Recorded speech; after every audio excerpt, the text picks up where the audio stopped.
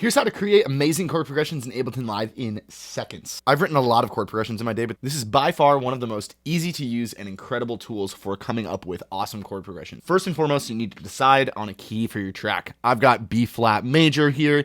I'm gonna go ahead and make sure that my Ableton project is also set to the key that I'm writing this chord progression in. All we have to do to create these amazing lush sounding chords is actually play a single note. We're gonna create an 8-bar MIDI clip. I'm gonna go ahead and click these notes onto the grid. So we're gonna start with an E flat.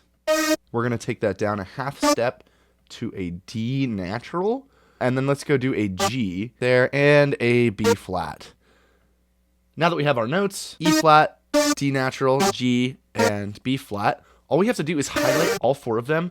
In our clip menu, what we're going to do is click on the pitch and time window, which is this little one right here with the 2 little fader dots. We're going to add a second scale degree by clicking on this little box right here. This is really the foundation of writing basic chords and triads. We're going to go up to SD. SD stands for scale degree. This is why it's really important to make sure your project is in the key that you're trying to write in. By clicking on the add interval button, we are actually going to create a new MIDI note that is 2 scale degrees away from the root note that we played.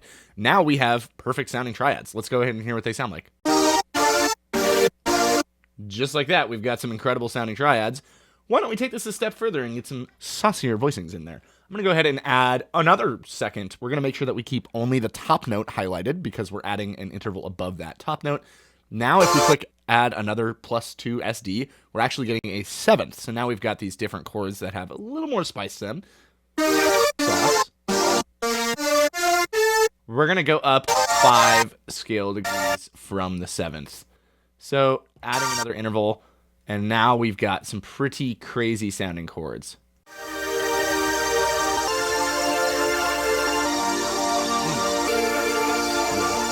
So again, the most important thing, set your project file to the correct key that you're trying to write chords in. All you have to do is use the add interval option in Ableton Live's pitch and time editor. It really is that easy in 2025 to create a brilliant sounding chord progression.